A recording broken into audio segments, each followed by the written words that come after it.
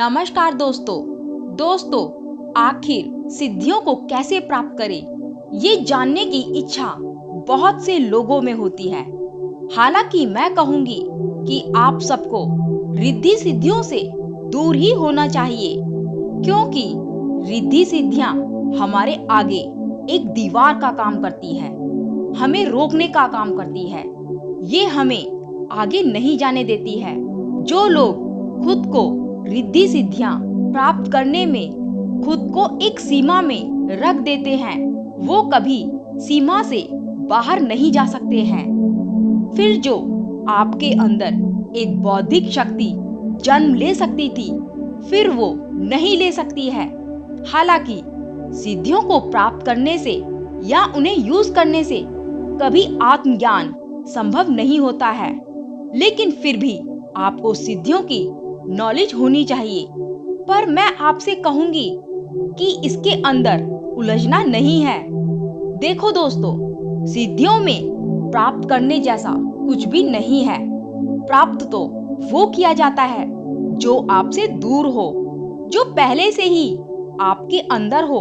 उसे क्या प्राप्त करोगे? हर एक प्रकार की सिद्धियों की पॉसिबिलिटी आपके अंदर है। अब इसमें से कुछ सिद्धियां तो हर एक इंसान के अंदर होती है, इसलिए वो साधारण तरीके से हमेशा दिखाई देती रहती है। अच्छा, एक बात बताओ दोस्तों, आपके अंदर 5 ज्ञानेंद्रियां हैं और इनके माध्यम से जो एनर्जी आपके अंदर फ्लो कर रही है, तो ये क्या सिद्धियों से कम है? नहीं ना। आप बोल सकते हो, देख सकते हो, सूंघ सकते हो, छू सकते हो, आप किसी भी चीज का स्वाद भी ले सकते हो। ये 5 साधारण सिद्धियां हैं जो हर इंसान के पास होती हैं। आप विचार कर सकते हैं, आप कल्पना कर सकते हैं। आपके अंदर जो फीलिंग होती है, उस फीलिंग के जरिए आप किसी को भी प्रभावित कर सकते हैं। ध्यान की सहायता से किसी एक विचार को अधिक एनर्जी दे दी जाए, उस विचार को ऊर्जावान बना दिया जाए, तो आप उस विचार को भी बड़े आराम से सिद्ध कर सकते हो।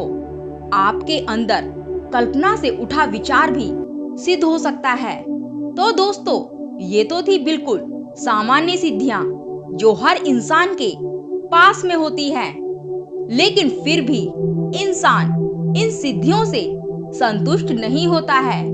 इंसान को और भी पावरफुल सिद्धियां चाहिए होती हैं। तो दोस्तों, इससे ऊपर की जो सिद्धियां मिलती है, वो आपको आध्यात्मिक रास्ते पर ही जाने से मिलेगी, क्योंकि उन सिद्धियों को छुपाया गया है ताकि उनका कोई मिसयूज ना कर सके। उन सिद्धियों के लायक पहले खुद को बनाना पड़ता है ताकि आप उन सिद्धियों की पावर को झेल सको। तो दोस्तों, जैसे मैंने आपको पहले कहा था कि कोई भी सिद्धियां प्राप्त नहीं की जा सकती हैं। सिद्धियों की पावर आपके अंदर ही होती है। अब आप ये कहेंगे कि ये कौन सी शक्तियां होती हैं? तो ये वही सामान्य शक्तियां होती है जो आप रोज के कामों में यूज करते हो।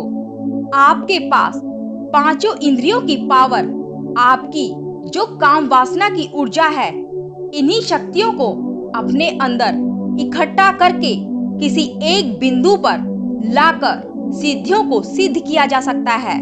एक योगी जो बहुत समय से ध्यान साधना कर रहा है, उसके अंदर सिद्धियां अपने आप ही आ जाती है। वो समस्त सिद्धियों का मालिक बन जाता है। अब वो इन सब सिद्धियों का यूज करे या ना करे, ये उसकी मर्जी।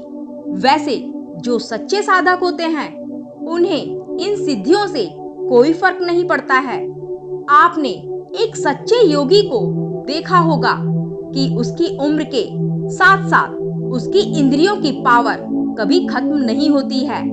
वह बूढ़ा हो जाने के बाद भी ठीक से देख सकता है, सुन सकता है, अपनी 5 इंद्रियों को ठीक वैसे ही यूज करता है जैसे वह युवा अवस्था में करता था। उसका शरीर बूढ़ा हो जाए, लेकिन उसमें शक्ति और प्राण शक्ति बहुत अधिक मात्रा में होती है, बल्कि मैं ये कहूंगी कि एक सामान्य युवा से बहुत अधिक होती है।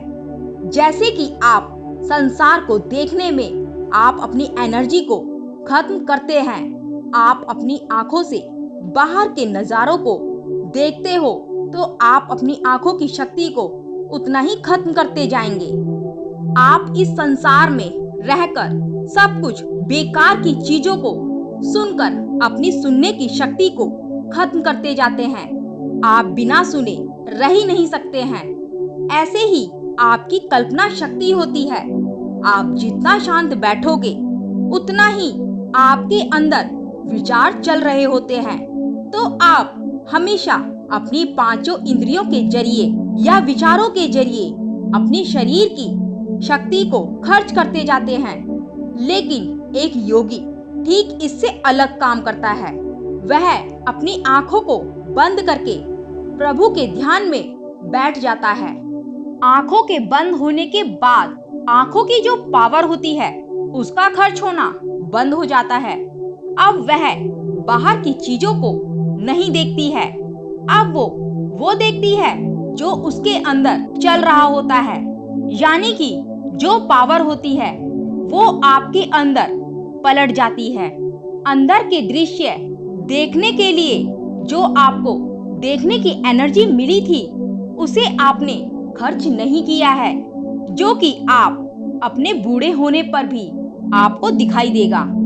एक साधक जब साधना में लंबा उतरता जाता है तब वह अपने मन को इतना शांत कर लेता है कि विचारों का कोई मतलब ही नहीं होता है। साधक के लिए जब विचार ही नहीं होंगे तो आपकी एनर्जी खत्म नहीं होगी। जब आप कोई भी काम अपनी बॉडी से कर रहे होते हैं तब भी आपकी एनर्जी खत्म नहीं होती है, बल्कि आपके जो विचार चल रहे हैं वो शारीरिक तौर से अधिक ऊर्जावान होते हैं। अपनी पांचों इंद्रियों का यूज बाहरी तरीके से ना करके इनको आप अपने अंदर मोड़ करके यूज करना सीख जाएं, तब यही शक्तियां सिद्धियों में बदल जाती है। आप किसी भी इंसान को देखकर उसके अंदर का सारा हाल जान सकते हो, उसके मन में क्या विचार चल रहे हैं। आप किसी भी दूर बैठे इंसान पर अपना ध्यान लगाकर उस तक अपना मैसेज बड़े आराम से पहुंचा सकते हैं। यदि किसी भी इंसान के ऊपर भूत प्रेत का साया है तो आप ध्यान मेडिटेशन के जरिए ठीक भी कर सकते हैं। असल में आपके अंदर अनेक प्रकार की अनगिनत सिद्धियां भरी पड़ी हैं। आप अपने ध्यान की शक्ति को जिस भी जगह केंद्रित करेंगे उसकी संभावना सबसे ज्यादा अधिक हो जाएगी। लेकिन दोस्तों, कोई भी सिद्धि आपकी लाइफ को सुधार दे इसकी कोई गारंटी नहीं है। इतिहास इस बात का गवाह है कि जिन लोगों ने सिद्धियां प्राप्त की है या सिद्धियों का इस्तेमाल किया है वो बर्बाद हो चुके हैं।